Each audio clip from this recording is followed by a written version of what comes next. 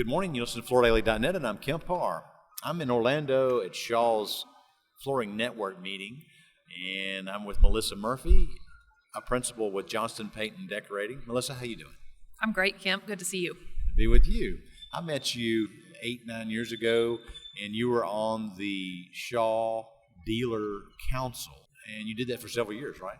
Yeah, Kemp, I'm going to go to say that's probably 15 or 16 years ago. So I served, 7 years on the Dealer Advisory Council and went off in 2015. And you were on stage last night with Deion Sanders, and you asked him some questions, so that was quite an honor to be invited to do that, right? Yeah, that was a fantastic honor. My husband is a huge Cowboys fan, so I think he was maybe a little more excited than I was to do that interview. But it was great to see a side of a professional athlete that I wasn't so aware of until I started researching him before we interviewed him. So I think the Cowboys are playing tonight, aren't they? They are. We're hoping for a win. In fact, my husband said he thought by the time he got done interviewing him that he and Deion would be such great friends that he would be taking Deion to Tampa Bay to watch the game tonight. Okay. All right.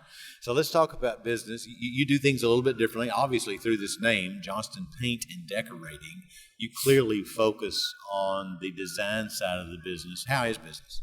Business has been great. Business has, I hate to even say this, but it's almost been too good. We're exhausted. We're tired. You know, everyone still loves what they're doing, but business has been really strong. And your RSAs, just to use lack of a better term, are actually classically trained interior designers, right? Correct. Yeah, correct. So we have always, for the last 2 decades or so, practiced that everyone on the showroom floor was a classically trained interior designer. So very much following a design aspect to the showroom, which we did that before it was popular.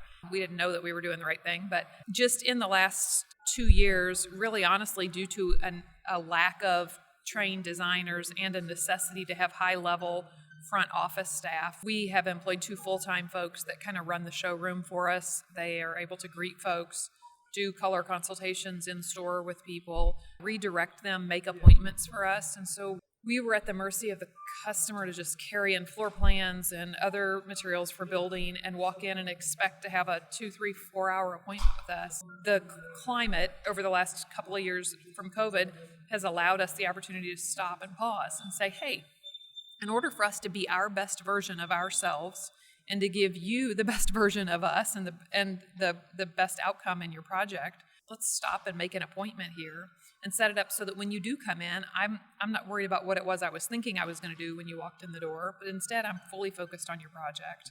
We have had very little kickback from that, if any at all, and I have really enjoyed watching those high-level front office staff folks, be able to excel at a job that I didn't even know we needed.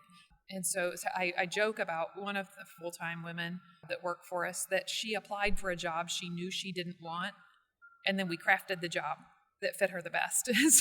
So we're just really fortunate to have them on our team. We have a staff that breathes a lot of longevity, and so to add a couple of more folks to that have full intentions of retiring out with us is a great thing. So you're growing, you're investing in the business, you're changing. By that, I mean just to mirror what you just said, you're by appointment only now, and you have other people who are taking the interruptions away from what you do on a day-to-day basis. What I do myself, but what also, the trained interior designers do. It's made them a lot more focused. It's given a lot more clarity to their job. And like I said, I think the output that we're able to provide is even better. Better consumer experience, which is really our goal. Why do you think some retailers are struggling and others are still growing? Oh gosh, couple things. I think that maybe some of those that are struggling haven't ever adapted to change. Maybe haven't been reading the news, seeing what's going on, notice industry trends, different things like that. And maybe haven't thought about the aspect of perhaps maybe selling on price. I don't know about you. You know a whole lot more about this across the United States, but I could probably count on one hand the number of people that have come in that are honestly price is number one to them. And so it's just that exercise of calmly working them through, even if they say it's price, it's not price, working them through, explaining to them that the whole project is a huge investment to them. And so by tweaking one thing to a product they love, that might change the cost of the project 8 or 10%. We do a lot of conversations about Denny's has a ribeye on the menu. But that doesn't mean you have to buy the ribeye from Denny's. So they're 2 very different products. And so I think there are some dealers that maybe just aren't as comfortable as we are selling products that might be way more expensive than we're willing to write a check for ourselves, but know that it's the right thing for the customer. That's a great answer. I like it. We've been here just hardly a day. This is maybe a little early, premature question for you. What have you seen here in Orlando that you like? Well, speaking of change, I do love the new color wall. That Shaw did something pretty incredible this year with that. It rolled out, I think they said the last of them shipped yesterday. Today, I guess that would have been. But they rolled out that display, so mine's installed. So it's updated. Colors that had been tired have been removed. Colors that are more trending onward, 2023 and beyond, have been replaced. There's a little bit of a pattern, a cut loop in there now.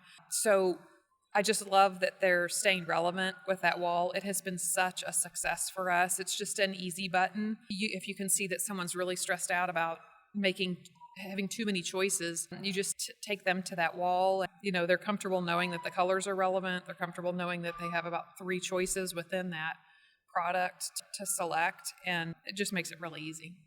They've enhanced the backing on some of the products there as well. They have. Soft back had a hard back on it, like a plastic lining, and they have removed that to be a felt back. And we're excited about that. We've seen it on a few other products, and so we know that that'll be way easier on the installers, and God knows that's important. Last question, what is Shaw doing to win your business? Well, they're talking a lot about it here at this show. Really, I think it's family.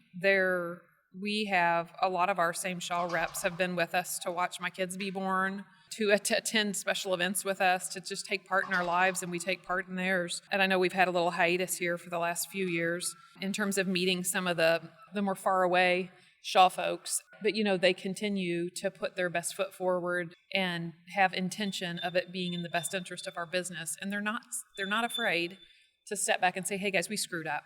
We thought we were doing this right a couple years ago, and whatever that initiative was or product or whatever, like we're pulling it. We're redirecting. Just to feel like you have those kind of folks in your corner just kind of makes our job a whole lot easier. Melissa, thanks for spending time with our listeners. It's great to catch up with you. Again, we're talking to Melissa Murphy, a principal with Johnston Paint and Decorating, and you've been listening to Kemp Harr in FloorDaily.net.